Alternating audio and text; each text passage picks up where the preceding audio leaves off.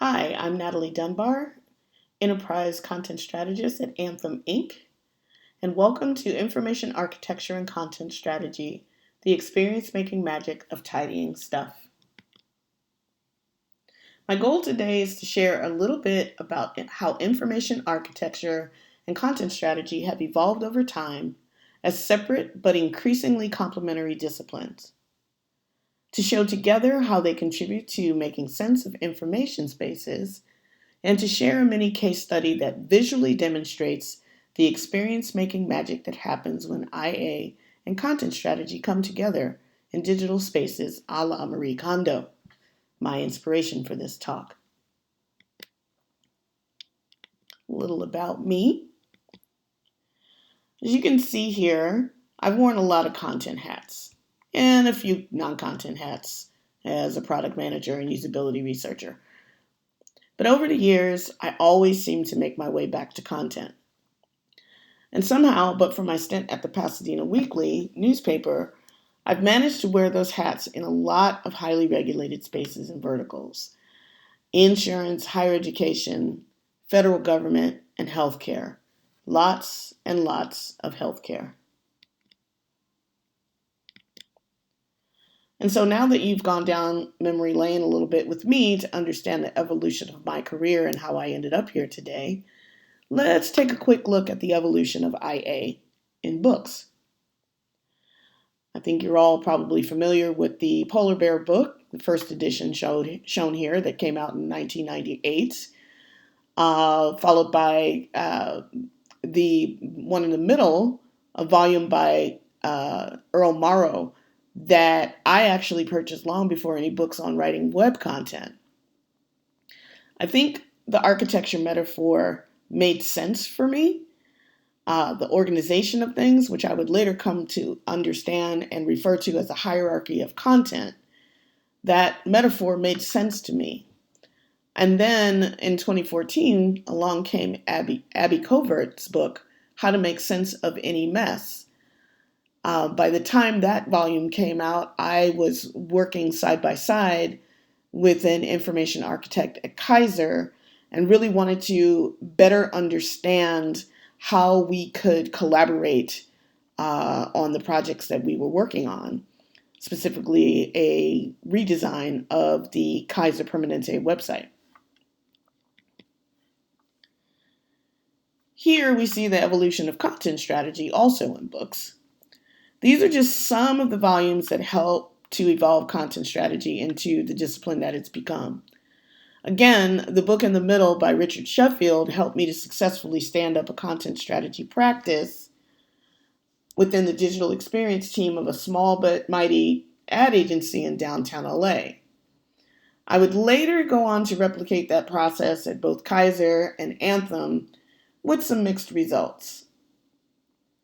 Not long after Sheffield's book rocked my world, I came across the little red book on the left, the first edition shown there, by Christina Halverson, Content Strategy for the Web, and my mind was blown.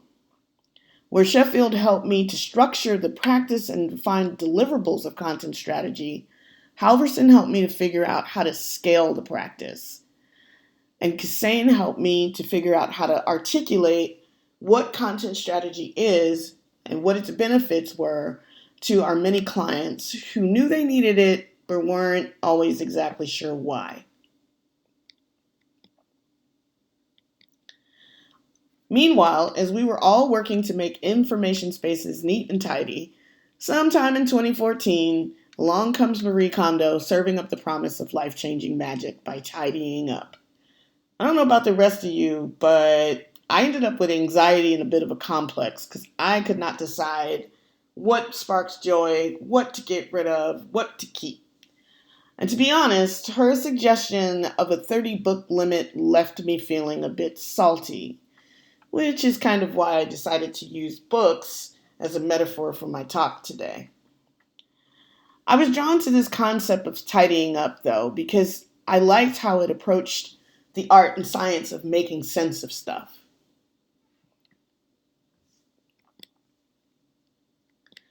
So before we go on, let's talk about information and information architecture. Full disclosure, as a content strategist, I've often collaborated with information architects, but I would not consider myself an IA. In fact, for a while, I considered information and content to be one and the same. But Abby Covert's quote, "information is not the same as content," kind of cleared that up for me. I'm no longer confused about that. Still, IA talks about structuring information in a way that is similar to how content strategy talks about structured content, such as using things like content models and components. And as both disciplines approach information and content to help make things understandable for users, I realize that I've been incorporating IA into my work for quite some time now. Likewise, as we look at what content, and by extension, what content strategy is, we can see that there are some similarities and overlaps. One common place where I find overlap is in defining navigation elements, including label nomenclature, such as in a navigation on a website or button labels or on mobile applications and things like that. And another place is in creating information spaces and supporting content experiences and journeys that are both useful and usable. I find that both information architecture and content strategy definitely contribute to creating useful experiences. When I came up with the title for this talk, I was still feeling salty about the whole Marie Kondo's suggestion to limit the number of books to keep to 30. 30? I probably have over 30 volumes about content strategy and IA alone. As I mentioned earlier, this made me still, a bit salty. But as I was drawing parallels between content strategy and IA, and as I revisited the KonMari method, I came across this quote and I thought, if I substitute the words fewer books with less content, what she says here totally makes sense. So I have noticed that having less content actually increases the impact of the information I read. I recognize necessary information much more easily. So to say it in a different way, if we agree that content contained in information spaces is meant to be recognized, interacted with, and consumed, what IA and content strategy have in common is a desire to improve wayfinding and navigation in those spaces and to help users complete a task or transaction. So let's see what happens when we put this theory in practice, when IA and content strategy start with a unified why in an information space. So here's where we start to see what content strategy, information architecture, and the KonMari method have in common. Abby Covert talks about starting with why. And pretty much every method of making sense of things, whether it's your house, information space, content, starts with the why. So the why questions that Abby included in her book resonate with me the most as a content strategist. These are questions that I ask when I do a qualitative analysis of content as part of an audit. Why does this work need to be done? Why are we making changes? Why do changes need to be made? Why do those changes matter, and to whom do they matter? Why should other people care, and so on? Marie Kondo's why. Why can't I keep my house in order? And Christina Halverson, why does your content still suck? Which is a question that I've heard repeated over and over again. Halverson's why gets to the heart of the matter and helps eventually to inform a core content strategy, i.e., how not to suck. So we've shared some working definitions of IA and content strategy. We've talked about how they're different and a little bit about what they have in common, namely making sense of information spaces. And we've also looked at what it means to start with why. So, pulling that all together, let's take a look at information architecture and content strategy in action via a mini case study. This is Washington Gas, or it was back in 2014. This was a website created by a utility company where you could find out information about gas usage, how to convert your home from electric to natural gas, different things like that. The problem was, aside from a very dated look and feel, was that we had to help Washington Gas figure out how to create a clear and engaging journey for primary and secondary users. We needed to be able to nuance the voice and tone for each user type and provide information that was both usable or useful and actionable while still delivering on the message of the brand. Users that we spoke to didn't know where to start, and nothing on the page screamed convert to natural gas, which was a big deal for the stakeholders. The issue here was that in the DC area, again, a lot of homeowners had electrical appliances and mostly just gas for heating. And what Washington Gas wanted to do was kind of create a website that talked about or showed the a natural gas lifestyle. So they wanted to be able to, as I said, create this or show creating this natural gas lifestyle, help create clear pathways to relevant information, so wayfinding.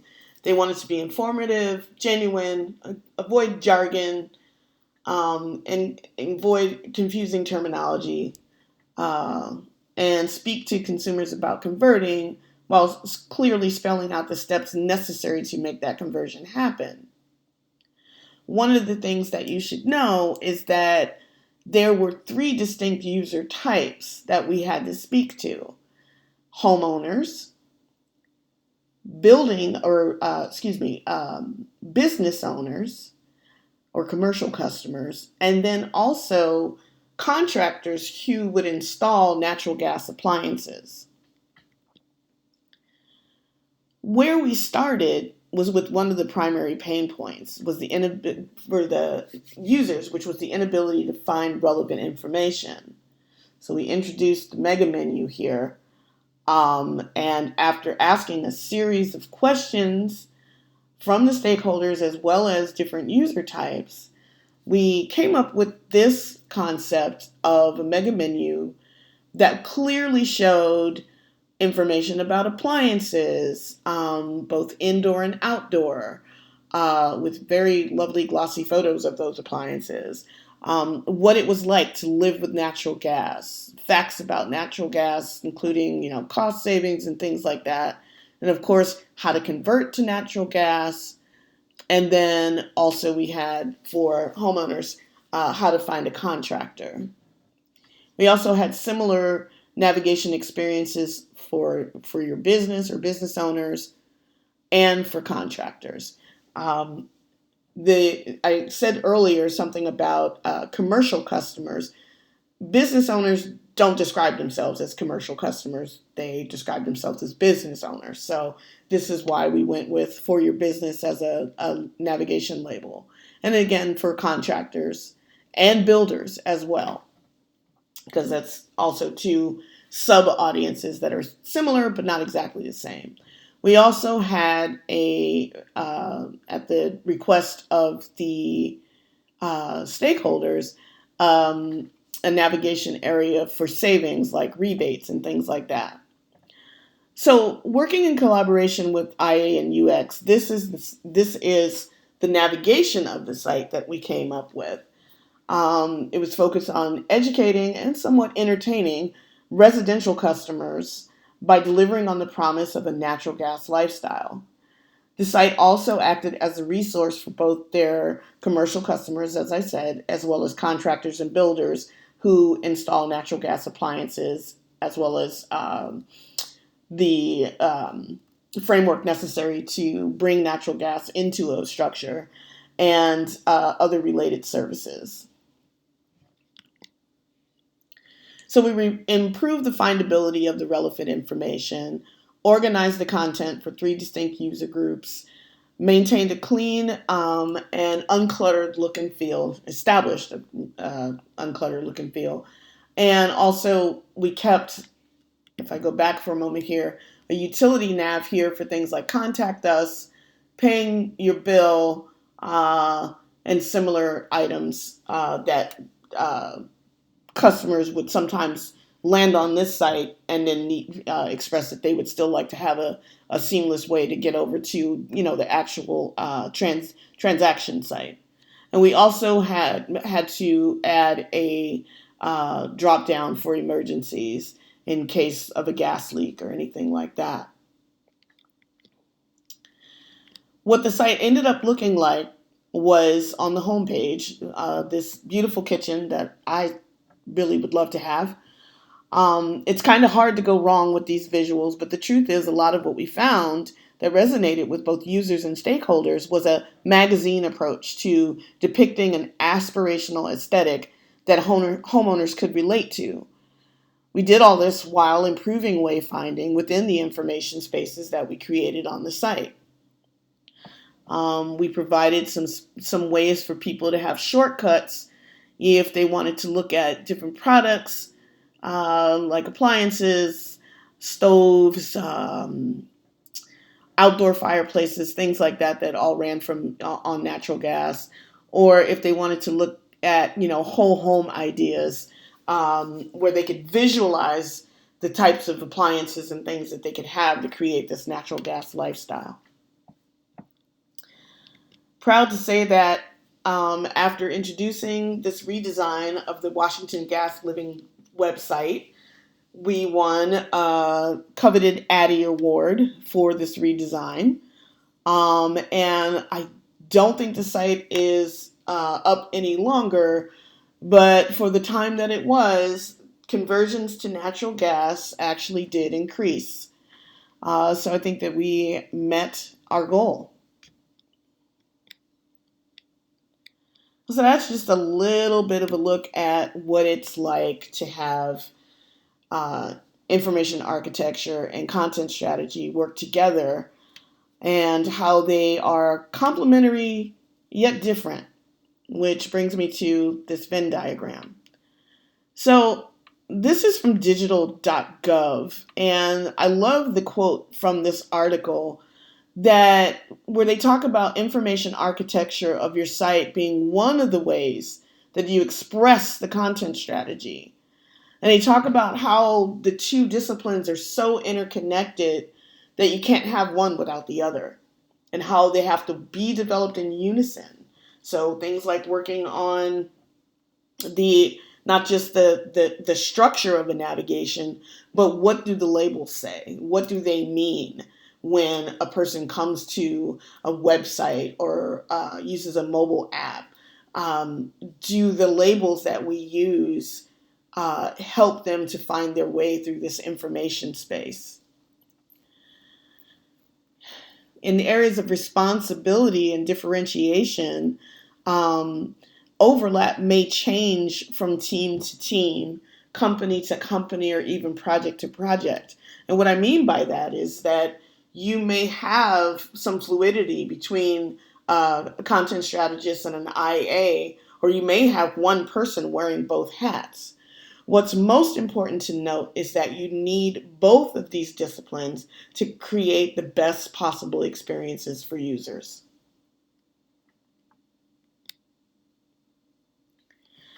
In doing research for this talk, I also came across this podcast with Christina Halverson interviewing Abby Covert. I especially love how Abby talks about how IA is about structure and how content strategy helps make sure that the structure can remain standing. Oftentimes, when people ask me, what is content strategy?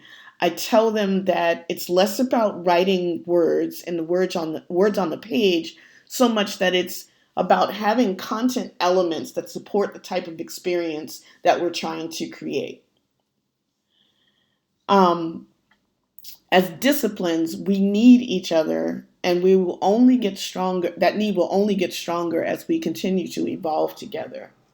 So, as Abby Covert says, content strategy is making sure that you actually have the stuff that will bring the structure to life over time in an organized, governed way. And when we talk about making sure that that structure can remain, content strategy talks about things like governance and optimization so that you're not every single time there's a content change that needs to be made or a redesign or new content being introduced to a website, you're not actually going and recreating the wheel or telling a new story every single time unless it's necessary. What you do is you're looking at what you have, seeing if it supports the new direction or experience or whatever future state that you want to get to, and then understanding how to make the best of what you have, whether or not you have any gaps, and then how to maintain that and optimize what you have so that the content life cycle becomes cyclical.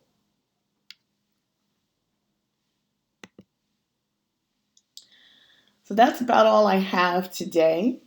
I wanted to thank you for your time and invite you to please go explore some of those books on both information architecture and content strategy. Don't forget to keep it tidy. Thank you.